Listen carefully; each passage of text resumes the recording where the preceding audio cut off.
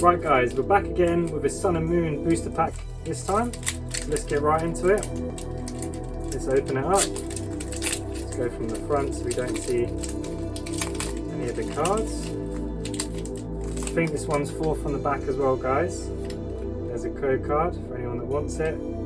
So let's go 4th on the back. Give it a tap. And the energy is grass energy or electric. Right.